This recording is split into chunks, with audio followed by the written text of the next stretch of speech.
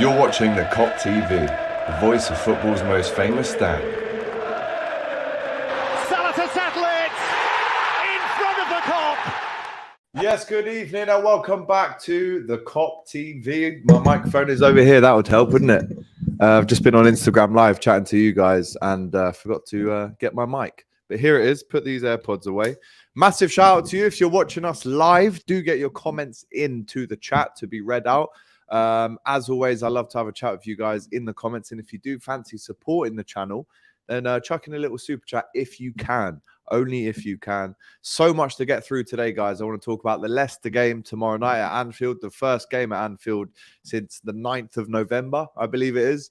And I want to talk about Gakpo choosing the number 18, also the Caicedo rumours, and of course, remembering Pele, the legend who has just died. Everyone getting their comments in for him already, which is only right considering how important he is to the sport of football.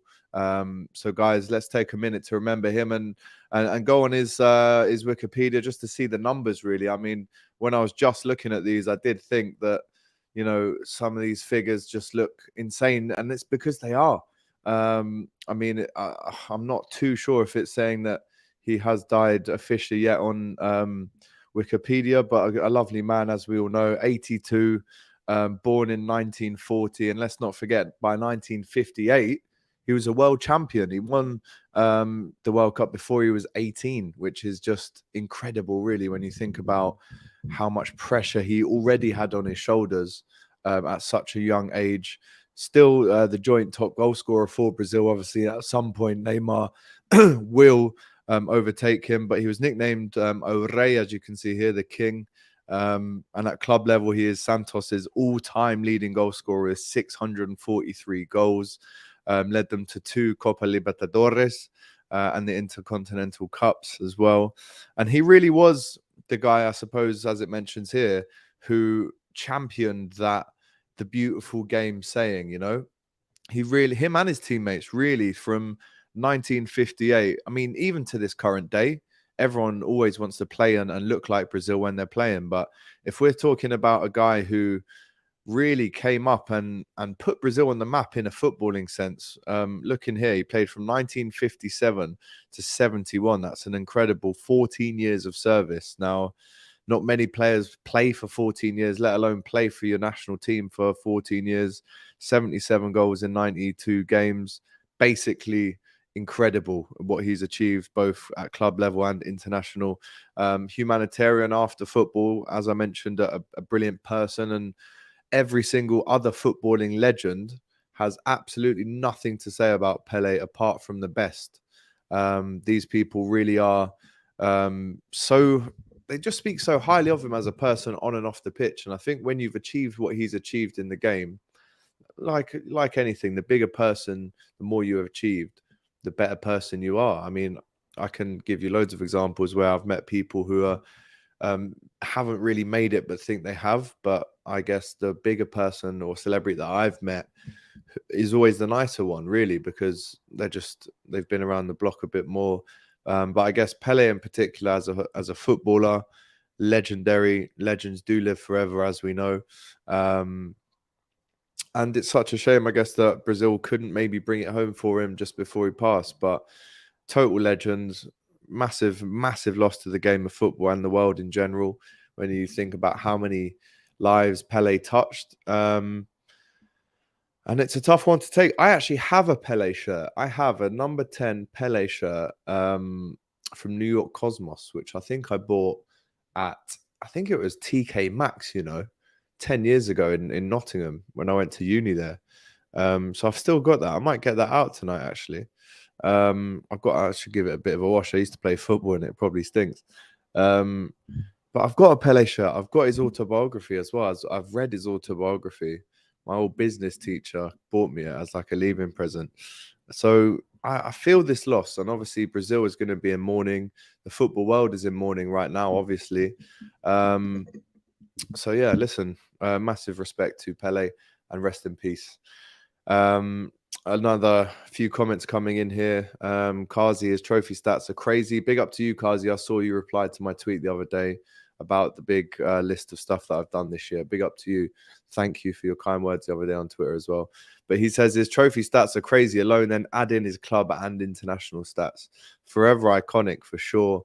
I always remember that photo of him winning the World Cup on the shoulders of someone in 1962, I believe, or 1970 maybe. But yeah, incredible man. Big up to him as always. Do smash the likes as well, Bailey. Just not because of Pele, but obviously we are talking about Liverpool in this episode. But right now, as is only right, we are of course talking about Pele and that the football world will never forget him, Jamie M. Right, let's go to Liverpool now. Right. As I said, been a long time since Liverpool played at Anfield. November the 9th, I was at the game against Derby. The big win on penalties in the end. But I'm actually not going to be at the game tomorrow. I'm down in London at the minute on DR Sports duty tomorrow and Saturday and Sunday. But I've been to Anfield pretty much every game this season. And the one thing I can say is that I do really hope the atmosphere is what it should be tomorrow night.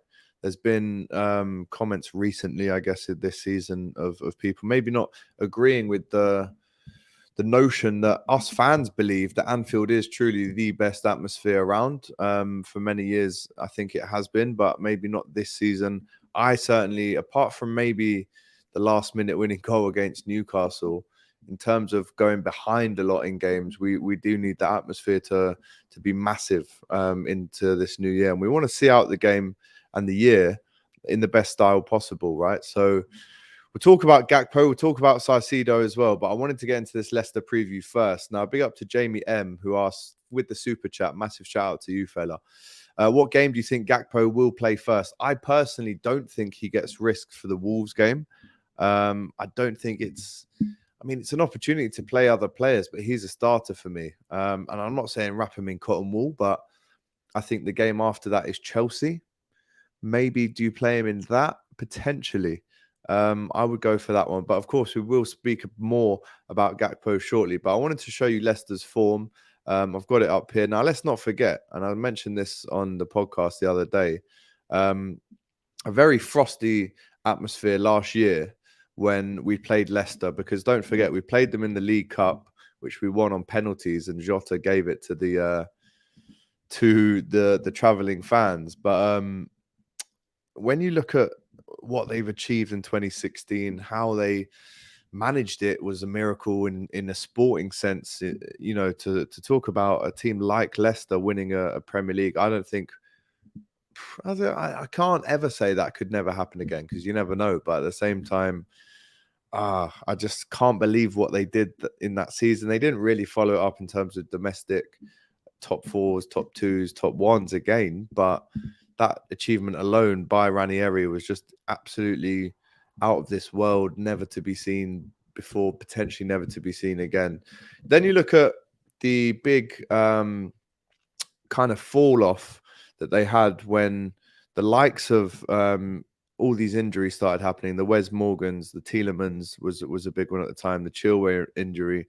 A lot of them just stunted their progress, and I think Brendan Rodgers really has taken this team as far as he can do. Let's have a look at the form, because it doesn't read great this season in general. As we know, they've struggled so badly. This is in August. Let's fast forward to just before the World Cup break. A big win against Leeds, massive win against Wolves, a slim defeat to City, massive win away against Everton, big win at home to Newport, big away win at West Ham, and this was a friendly, I believe. And then, as we know, after what was an upturn in form really in this kind of period, after such a diabolical start to the season, they're now in 13th, and it's looking like they'll probably stay up. But at a point, guys, let's not forget, they've only won 5 games, and these have all been fairly recently. 3 wins and 5, which doesn't read too badly. But they really were down here for the first quarter of the season at least. So there was a lot of worries. And even though Brendan Rodgers has stretched this team as far as he can do, I do believe he leaves potentially the next manager, whether that's him walking away, which I don't think will happen because of the money situation. He wouldn't get paid if he did that. So he's almost waiting for the sack, because he knows that The board aren't going to necessarily give them loads of money to spend. They didn't really buy any players in the window. I think maybe one defender. Danny Ward has been pretty poor in goal. But if they're going to get up the table a little bit more, then they kind of just need to carry on what they were doing before the World Cup. Because, as I say, after such a bad run of form, they definitely picked it up. I know they lost here and drew here. But again, a win against the Leeds side who were doing well at the time. Massive away win at Wolves in what was a derby, really. Held their heads up high against City with a slim defeat. And then they followed that up with a massive win away at Everton and progressed through the EFL Cup, which we didn't do. So, and they followed that up with a massive away win at West Ham. So, and again, round of 16, they're in the quarterfinal of the EFL Cup here. This is the only blot on their recent record, really, a massive home defeat to Newcastle. They play us tomorrow at 8 o'clock. But that table still doesn't look too bad for Leicester fans, considering they have lost 9 games this season. Obviously, it's the former Liverpool manager coming back to Anfield. Let's see what you guys are saying in the comments. They're a bit down now, Leicester, so we should want to go for it, play our best and get 3 points. Of course, absolutely, Jody. It's important to see out the year in the positive way. Big up to Captain Sal, massive name on the Kop TV in terms of commenters and people who are always watching our content. Massive shout out to you, Captain Sal. RIP Pele, the real GOAT. Everyone sending in their condolences here to Pele, as they should be. And we spoke about him for a good 6 minutes at the start of the episode. So if you want to go back and watch that, feel free.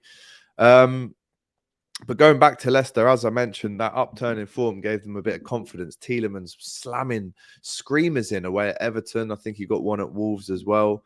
They've had a good upturn. Vardy started scoring goals again. The only thing for them, which is now confirmed, is that no James Maddison tomorrow, which is a massive shame, really, for them. When you consider how key he is, he went to the World Cup, didn't play a minute. Obviously, I was in Qatar.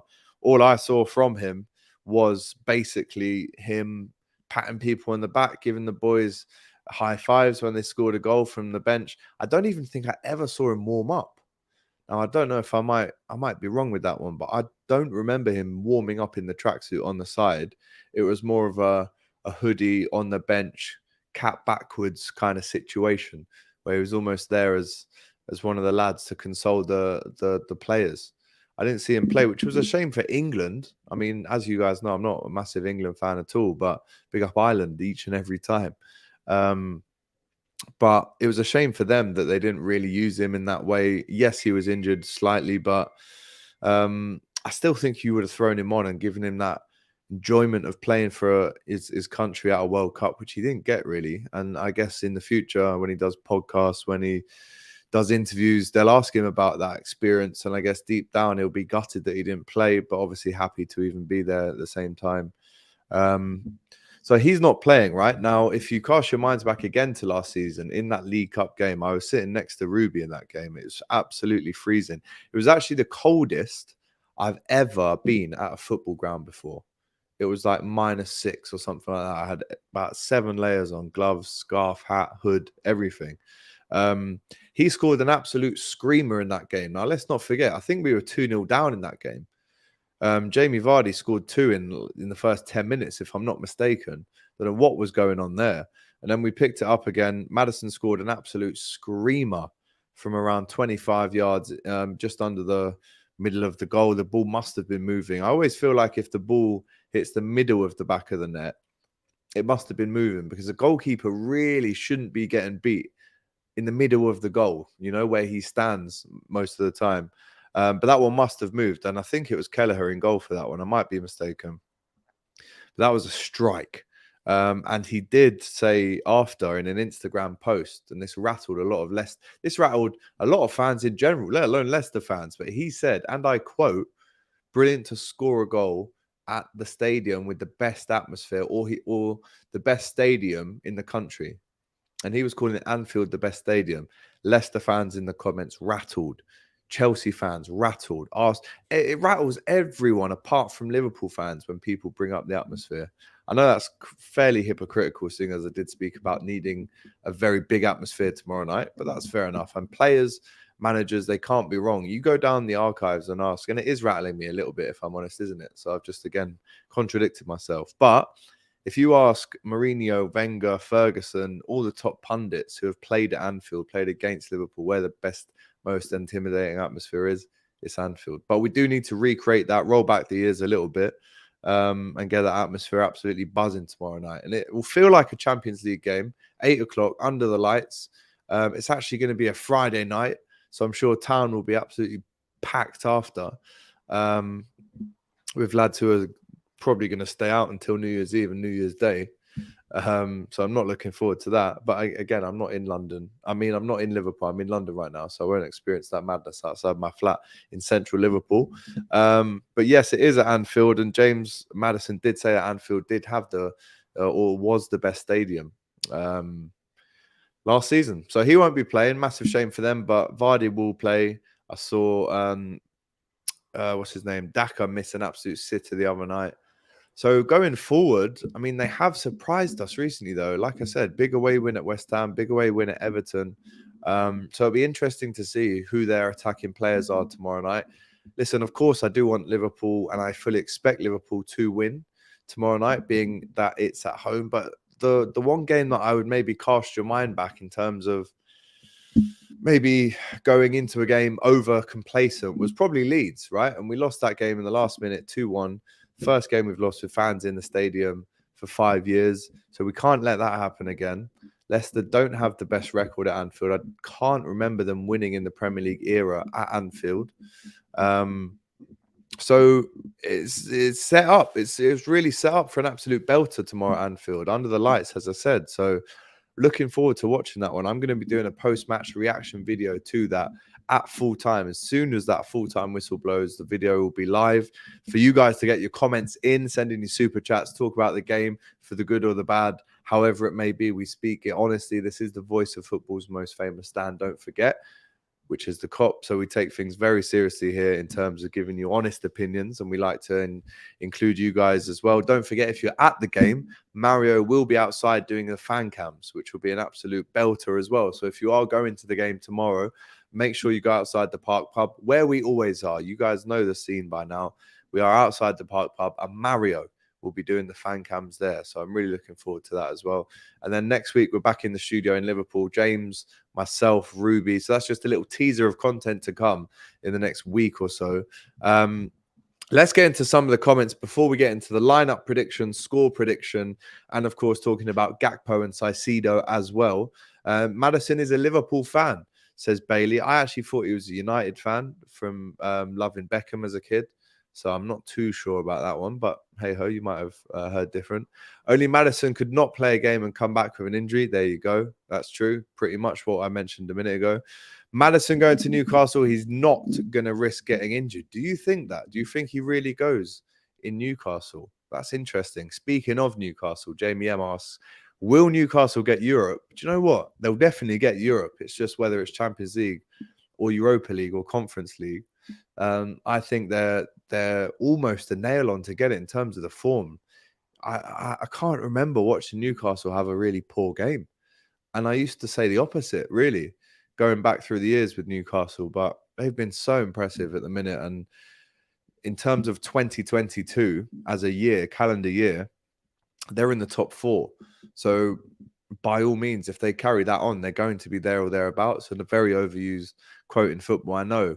But Newcastle have all the ingredients now because they've done it for a year already, right? They don't have maybe the superstars, the Neymars that we're talking about. But the guys that they've put together, Eddie Howe, that team, that 11 that he's put together, or that 17 if you want to include a few subs as well, those 17, 18 lads that he's put together play for each other. And they've got this formula now of grinding out wins. And I think maybe there was a few question marks when the form started to upturn. People were saying, can they carry it on? But we're talking about a consistent 12-month period now for Newcastle. And they've been one of the most consistent teams in Europe, let alone in the Premier League in the last year. So if they get the Champions League, massive for them, massive for the city. But if they get Europa League, again, that would be a massive step in the right direction. So even if they do get that, fair play to them. Do you think Gakpo will take over Diaz's role? We'll talk about that very shortly. He is at Anfield, my friend. Big up to you, Bolaji, Taiwo. James Bond, very interesting name. AGT, Anfield is dead this season, though. I wouldn't say it's dead. You've seen some of the fan cams that we've done outside the ground. Myself, James, myself, Ruby. There's been question marks over the atmosphere. Mario as well is a big one for atmosphere at Anfield. And then you've got a lot of people in and around the ground that say the atmosphere isn't what it is. Maybe the guys that come less regularly. But that's why I said, and I reinforced it earlier, we need the atmosphere tomorrow to be absolutely bouncing. You'd expect people who have been out in town in the day before having a good few drinks. They'll be nice and warm, ready to sing their lungs out. Absolutely. That's what we need tomorrow. So hopefully we get that. I'm still scared of Anfield, though. James, who do you support? Because I thought you were a Liverpool fan now, then, and I guess you're not. So let us know. If you're a Leicester fan, big up to you for coming over to watch. Make sure you like the video, as every single one of you should be doing right now. 106 people watching, 108 people watching right now. Let's get those numbers up. Let's get the shares up. Let's get the likes up. Let's get the comments up. Let's build up the energy for this game tomorrow night. Alex, how do we expose or exploit Leicester's weakness? Well, I mean, I guess their weakness is the defense. And in goal, if you include Danny Ward, who will be coming back to Anfield tomorrow night, who will get a clap when he comes in for the second half to play against the Kop. Did you know, guys? I need to know. And again, massive shout out to Diego for saying to put the notifications on. Do so. Hit the bell as well. Loads of videos coming out. We're also going to do probably about 10 videos tomorrow after the game for you across here and Anfield. So make sure you're doing that. But did you guys know? Those of you who go to the game often will know, but it's a tradition at Anfield, right? So normally, as you guys know, we like to play facing the Kop in the second half. We like to have the Kop suck the ball into the back of the net, pause, in the second half.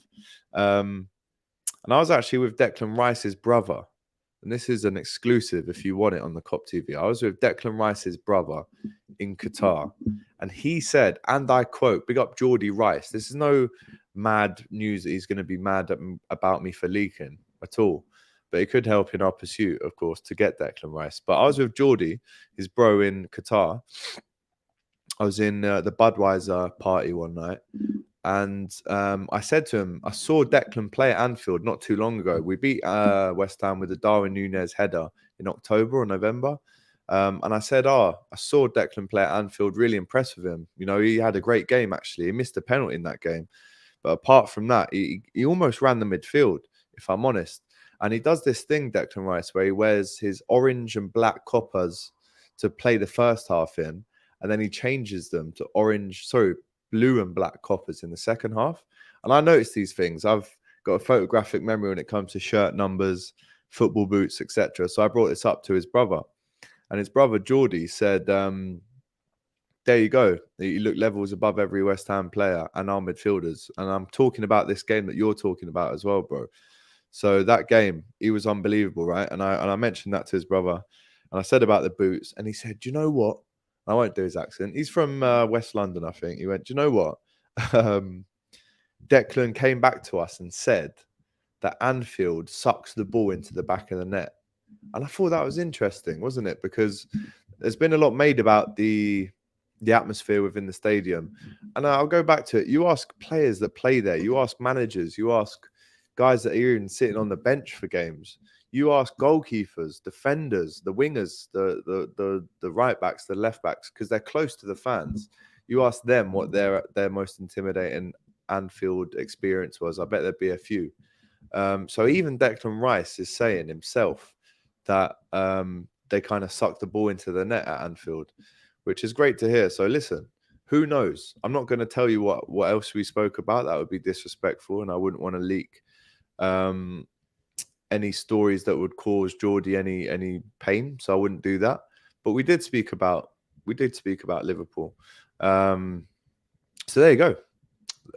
Speaking to Declan Rice's brother in Qatar, it was a pleasure. Again, another name that could potentially come to Liverpool in the future. Who knows? Speaking of names that we're trying to bring in still, let's just quickly move to Caicedo. I'm going to share the screen again with you now, and then we'll get back into the score prediction and lineup prediction as well.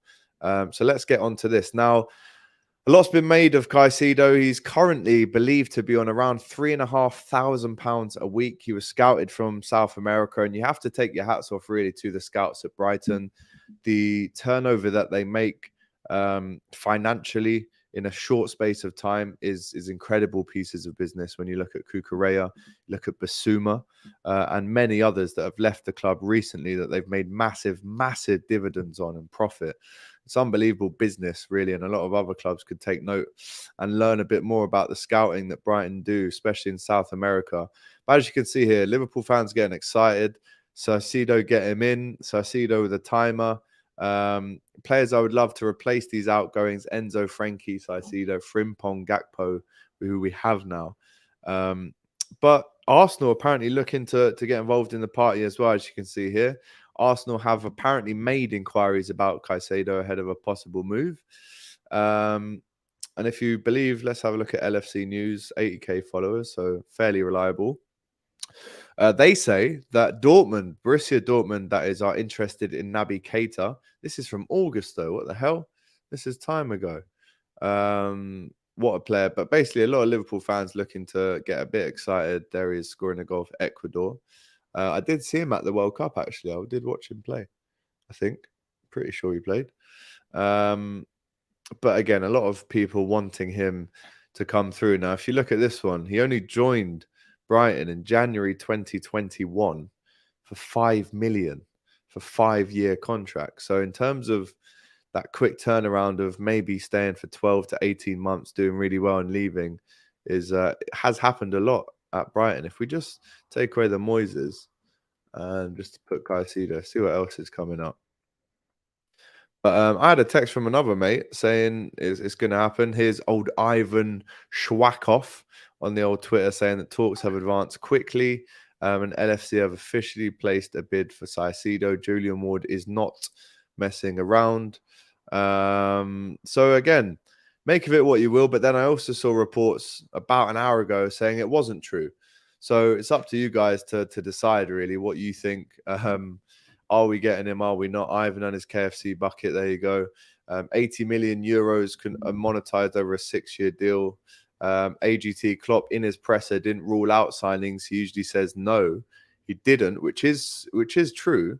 I wouldn't be surprised, says Over, if we move for Amrabat instead of Caicedo, given the price tag. Now, considering they bought him for 5 million and they're looking to shift him for around 70. I don't know, guys. Would you pay 70 million for Caicedo? Me personally, I wouldn't. I'd go all in on Jude.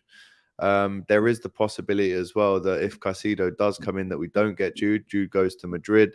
I've also heard rumors that we're not interested in him. But Alié here says we are getting him, AGT. He is our #1 target for January. Brighton are cooking. I want him. I think it will cost 50 million. Their wage structure is mental, which it is. Around 3.5 grand he's on per week, guys. Now, I'm not saying he's not got a pot to piss in, but if Liverpool do attract him, then we're looking at maybe a lot more than 3.5 grand a week. Caicedo baby, says Tony Larone. Kazi just mentioned there that Rice doesn't look happy to him and is understandable given West Ham's poor form. Don't think he likes Moyes' tactics. Interesting. Yeah, Jude and Caicedo, 100%. I mean, if we could use Naby Keita as a weight to maybe get Jude to, I mean, as we just saw there back in August, he was linked to Borussia Dortmund. So is that still something we could do? Could we give Borussia Dortmund Naby Keita to get Jude, or is he going to Real Madrid as Goal so confidently reported the other day? Not too sure if I agree with it. Big up to everyone who's getting involved in the comments right now inside. If you do want to send in a cheeky little super chat to support the channel, make sure you do. It goes back into the channel, of course. But let's talk about now the lineup prediction and the score prediction for tomorrow night before we get on to Gakpo, the big boy, the main man who has just joined us. Big up to you, Jen, right? Send in a super chat. A massive shout out to Jen. Hope you've had a wicked Christmas, a very, very happy and prosperous new year. Big up to you for always supporting the channel. It's a massive, massive Massive big up to you. Right, lineup prediction. Let's get into it. Alisson in goal, as we know. Trent right back, confirmed. I would like to see Calvin Ramsey breathing down his neck a little bit more. Not to say that Trent's not in form after that incredible pre-assist the other night. But what I would say is it's always nice to have competition. So, in my opinion, there'd be absolutely nothing wrong with playing Calvin Ramsey right back in that Wolves game that we were speaking about earlier. But I would like to see Calvin Ramsey getting more minutes for Liverpool. In the back line, Konate will be back. Again, I saw him at the World Cup, saw him play very well. Did not put a foot wrong for France in the World Cup. When I say that from what I saw, the games that I was at, he did not put a foot wrong in terms of, he just showed how strong he is, how quick he is, how decisive he is. He played a lot next to Varane. He was playing next to Koundé. He was playing next to Saliba shortly as well against Australia, I believe it was. Massive fan of Ibu Konate. Joe Gomez started centre-back in the last game, went to right-back by the end of it. Not his best game, obviously. He could admit that himself, but no doubt that Joe Gomez will be back in amongst the subs tomorrow night with maybe a start under his belt for the Wolves game. But then it's a toss-up, really. For me, Konate's in, and then, well, if I say Konate's in, then Van Dijk's definitely in, isn't he? So that probably means that Matip drops to the bench. However, if Matip did start, I would have no qualms with that. Joel Matip, what a guy, what a player. Love him to death. Again, amazing run against Aston Villa the other night. Unbelievable from him. Big up to Marili saying smash the like button. Please do that, guys, if you just joined us. 147 of you watching now. If this doesn't have at least... Look, Diego Palace, the big Palace fan, is on it already. I hope 146 watching. If you are new, please subscribe, obviously. But why would you not like the video? I don't know why not. I always like every video that I go on YouTube just because I know it helps the creator. And if you are a Liverpool fan, even if you are a Leicester fan coming for a little preview, just hit the like button. Doesn't cost a thing, and it does help us go further and farther in the algorithm. That's how it works. So yeah, left back Robertson then. Now, Andy Robertson, we spoke about him on Hot Topics the other day. If you haven't seen the full podcast with myself, James and Mario, it's got a lot of views, this one, considering how many views the podcast normally gets. Go and watch it. We spoke about Andy Robertson now becoming the all-time leading assist defender in Premier League history, overtaking Leighton Baines. He stands on his own now. The nearest player near him that can really affect his or threaten his position is Trent, who's only around 10 or 15 behind.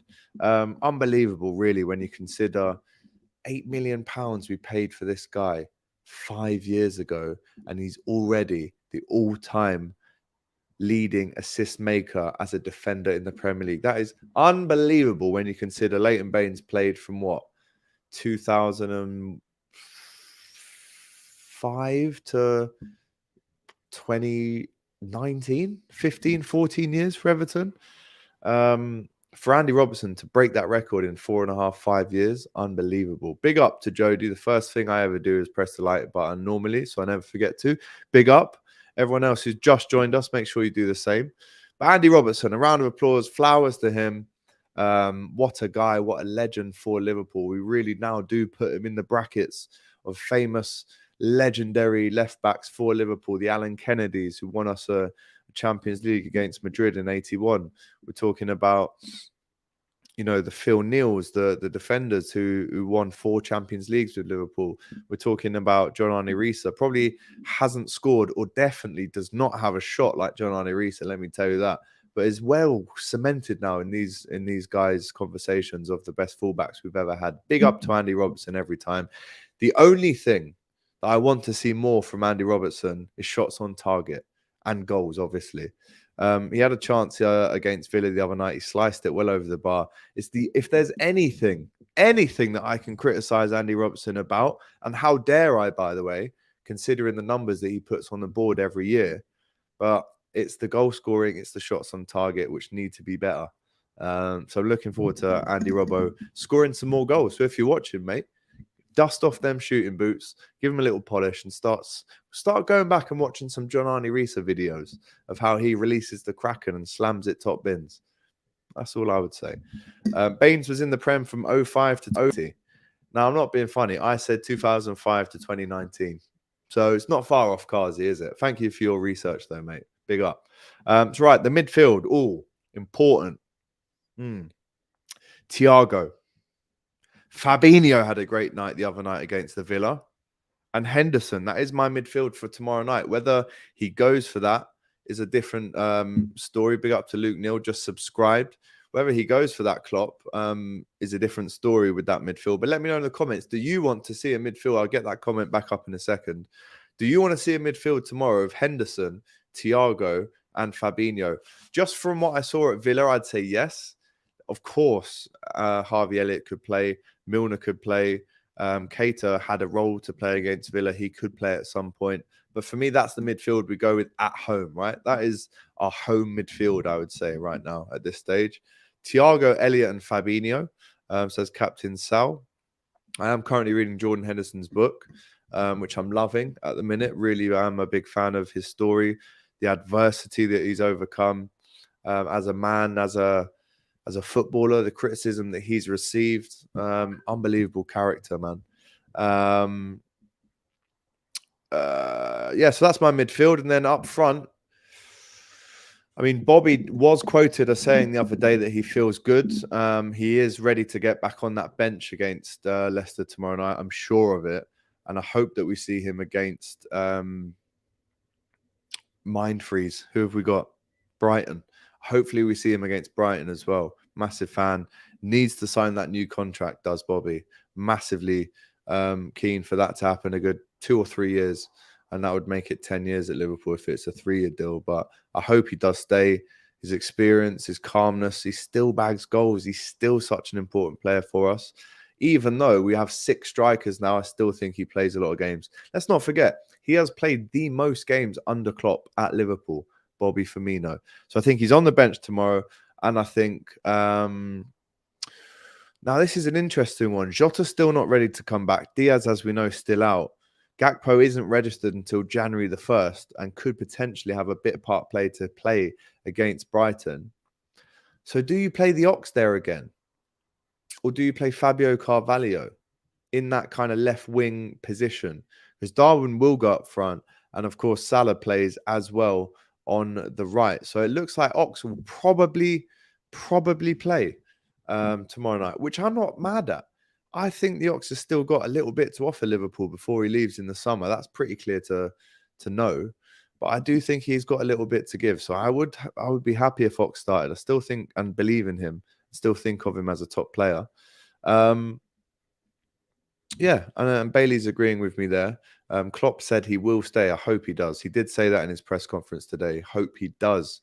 So that's my team. Let's go through it again. Alisson, Trent, Virgil, Kanate at the back, even though I wouldn't be mad at all if Matip played at all. Left back, Robbo. Midfield of Fabinho, Thiago, and Henderson. Then up front, Ox, Nunez, and Salah. And then I would bring off the bench your Harveys, your Milners, your Keitas, your Bobbies if you can, Carvalhos. I think I already mentioned him. But this is why we have bought Gakpo with no Jota, with no Firmino, with no Diaz to call upon over just before Christmas and of course the Villa game. We have looked at Ox to be a bit more of an outlet for us, which hasn't been, I'm not against that at all. But this is why we've bought Gakpo in.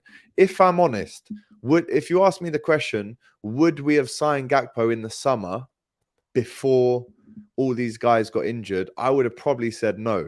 I mean, I was in Qatar, as I mentioned, with Flex last month, and he was going on about Gakpo. I was seeing reports that Gakpo signs for United, 60-something mil agreed. I was seeing all this stuff, and I was looking at his numbers, which are, by the way, 9 goals this season and 14 assists. So quick maths, 9 plus 14 is 23. That's 23 goal contributions this year for Cody Gakpo, the 23-year-old, 6'3". Massive lad, by the way, 6'3" winger / false 9 / forward. That's what we're buying, and that's what we need as an option to start, of course. And then we can obviously look to bring in Jota and Diaz, Bobby, and rotate these guys. I don't really like the questions of what does this mean for Bobby now that Gakpo's coming? What does this mean for Jota? What does this mean for Diaz? You guys know how much we rotate. You guys know. I mean, apart from Salah, the other two can be rotated, really. Even Salah himself, if he's off form.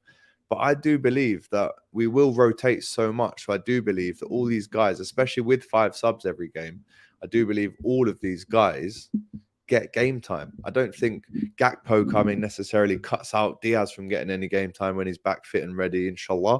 I don't think Jota plays less because Gakpo comes. I think these guys, apart from the 1 or 2 obvious ones, you want to play Salah most of the time. You want to play Nunez most of the time, especially with the money and what he can bring in terms of assists and goals. Flex still crying in his bathroom, absolutely. But this is what we need, and this is what I'm so glad that we've done. No messing around, stealth movements. Oh, you want Gakpo, yeah? Yeah? Bosh, we've already just bought him an hour ago for half the money, you sausages. That's what I'd be saying if I was Julian Ward to the Manchester United board. But an unbelievable player, really, when you think about it. The money that we've got him for, so good. So I'm buzzing that he's here. Big up everyone who's liking with 7 likes from 100. Massive shout out to everyone who's liked the video. If you haven't already, please do. Paul Kelly mentioning here that Gakpo's mother and father played rugby. His father is from Togo. He's actually from Togo. I looked it up earlier. He's Togo, and his mum is Ghanaian descent. So he's a tough kid. Eindhoven born and raised. Came through Young PSV, which is the PSV youth team. I heard Bolo Zenden today, who's been a coach at PSV for the last 9 years. I heard him say today that he's watched Cody kind of come through the ranks and he's impressed so much. And listen, I can't sit here and pretend I'm an expert in Dutch football. I will not do that. But what I can say is from the stuff that I've seen, and again, I've watched him play against Leicester in the Europa League. I've watched him play against Arsenal recently. Standout player. And the size of him for how quick and direct and powerful he is amazing, really. There's not many players like that around anymore. So his mum is Dutch, but with a Ghanaian descent. So that's why he obviously plays for Holland. And again, I saw him at the World Cup. I saw him score 3 goals at the World Cup. I saw him, first of all, score a really important goal against Senegal in that first game. Virgil was playing, and obviously Virgil should and did have a word with him during that tournament to make sure that he signs for Liverpool. His father looks like Tyson Fury or Mike Tyson, let me know. So Van Dijk did his job correctly. He was the agent during the World Cup to get Gakpo. Must have been having a quiet word with him. I love to hear that, though. That's brilliant. So massive shout out to Virgil for really helping this deal come across the line. But to have someone like Gakpo in our ranks now just gives us that extra edge. We've got 6 strikers in Gakpo now. Diaz, Jota, Firmino, Nunez and Salah. And that is frightening, guys. I don't think in my lifetime I've seen us have a midfield that stacked before. An attacking lineup that stacked before. I don't think I have.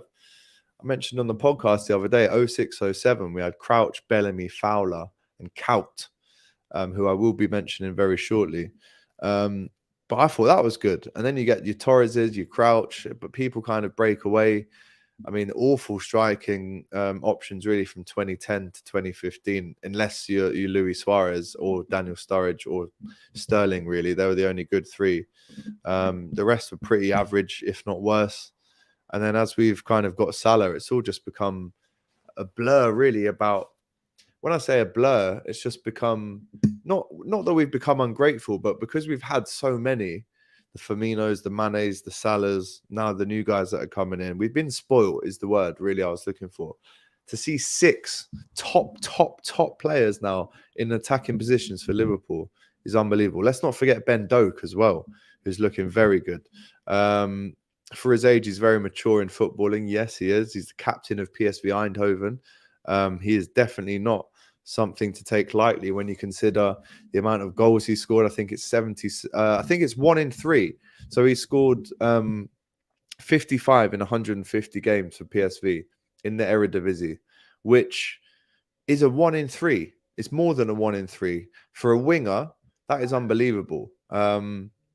So listen, yes, it's in the Dutch league, but at the same time, look at some of the other players that have come from that Dutch league. We're talking about Luis Suarez. We're talking about Dirk Kuyt, who scored 80-odd goals for Liverpool himself. Very good players.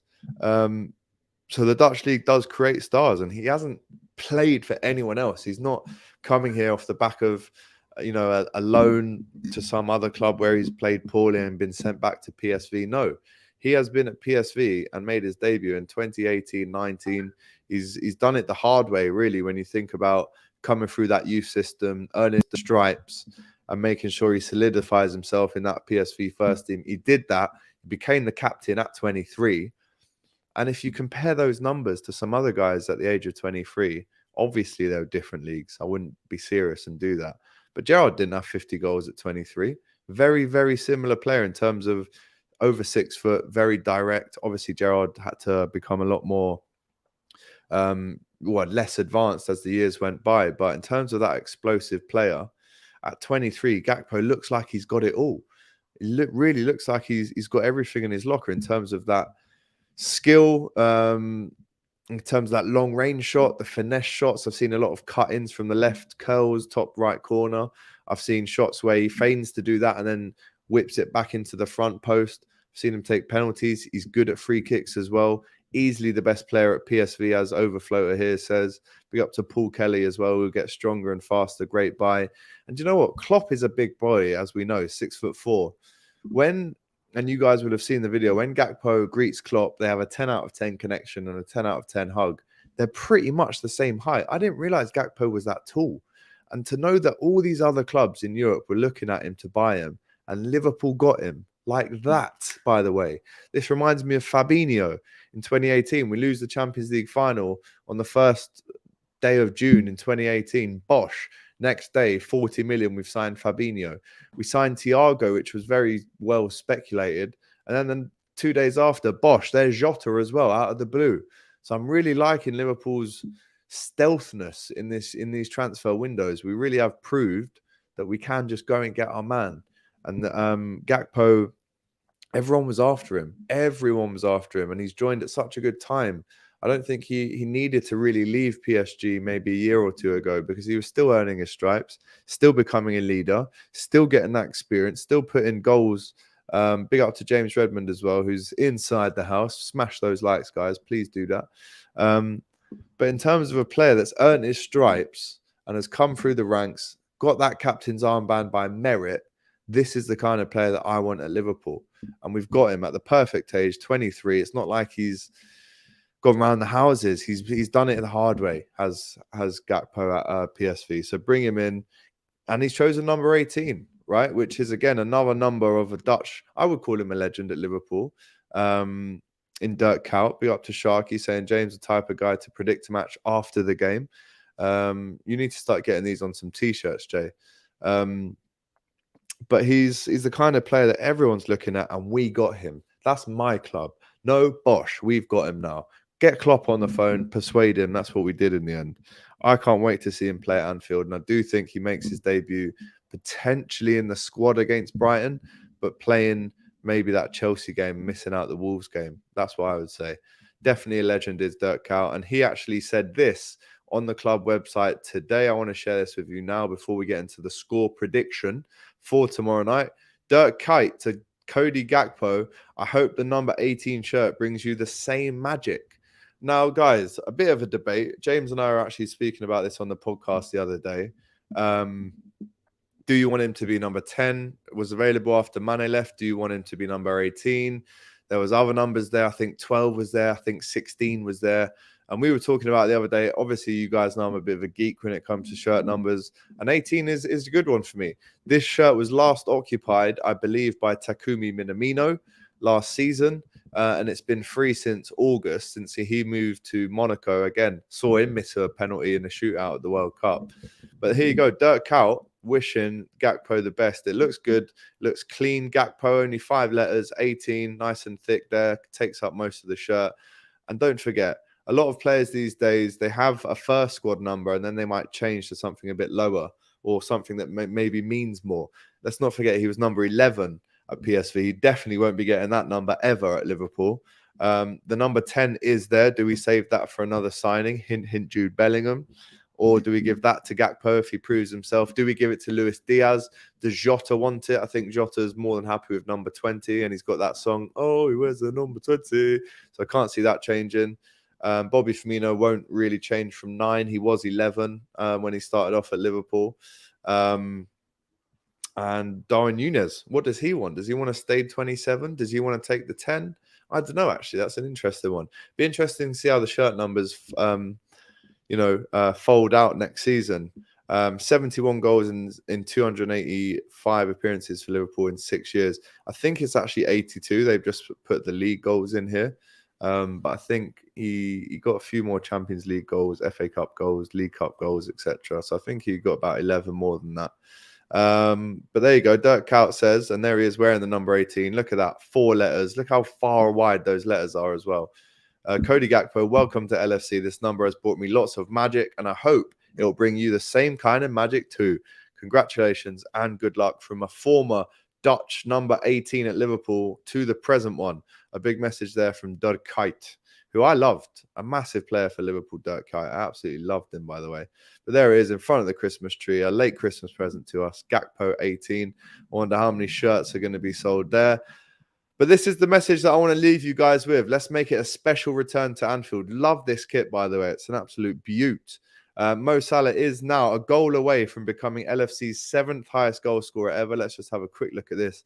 I know he did join Steven Gerrard very, very recently in the scoring charts. But he's actually now matched Kenny Dalglish's. Oh no, he's so right. He's a couple goals away, one more goal to climb outright 7th. So he was drawing with Kenny, and I think he's maybe 3 behind Gerrard. So looking forward to him overtaking that. But yeah, 209 of you right now. Smash the likes. Get your score predictions in right now. Smash that comment box right now, guys. Get the score prediction in as I have a little think myself. We will be doing another preview to this game on DR Sports tomorrow. So make sure you join myself and Flex at 11 on DR Sports for another all-encompassing preview looking at every single game. But there's 200 of you in here right now. Big up to each and every one of you. As I've mentioned in this preview so far, for the first 6 or 7 minutes, we did a massive shout out to Pele. We spoke about some of his numbers. We've looked at Leicester in depth in their form, how they've been as a club in the last few years, and the rivalry between the fans last year at Anfield. Hopefully that carries on this year. I don't want to hear no more Feed the Scousers chants either, by the way, to any Leicester fans travelling down.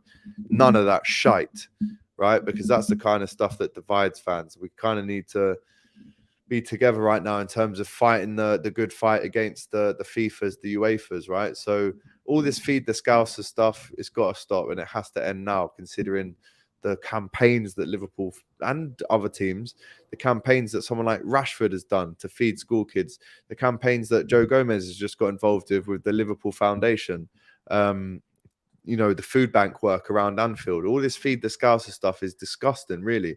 You're mocking poverty when there's food banks all around the stadium trying to feed people in poverty. So relax yourself with that one for sure. And of course, we spoke about Caicedo. Go back and watch that. If you haven't caught this live, go back and watch our Gakpo chat as well. But now it's time for score predictions, right? Big up to Kazi, 3-1 Liverpool.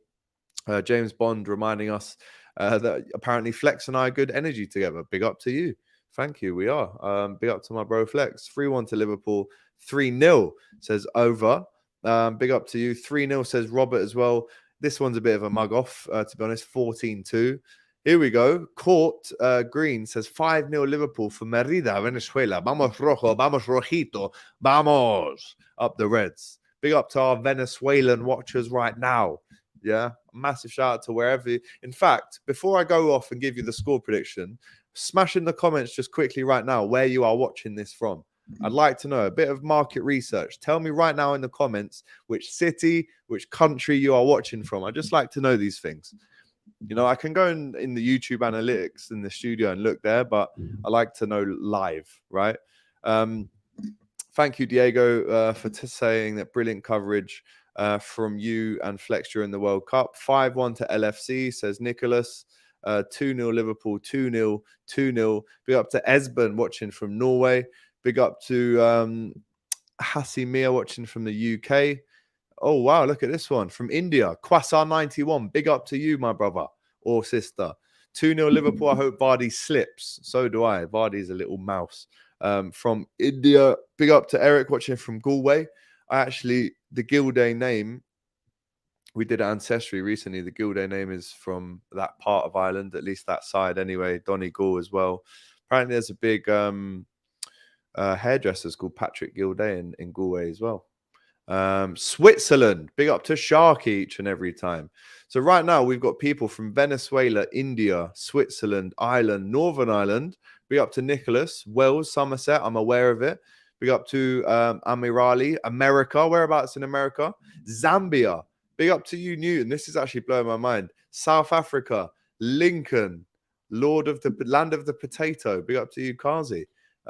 England, Chester, England, close to Liverpool. Yep. Malawi, Africa, from Noella. Big up to Darwin, Australia. O'Neill Padilla.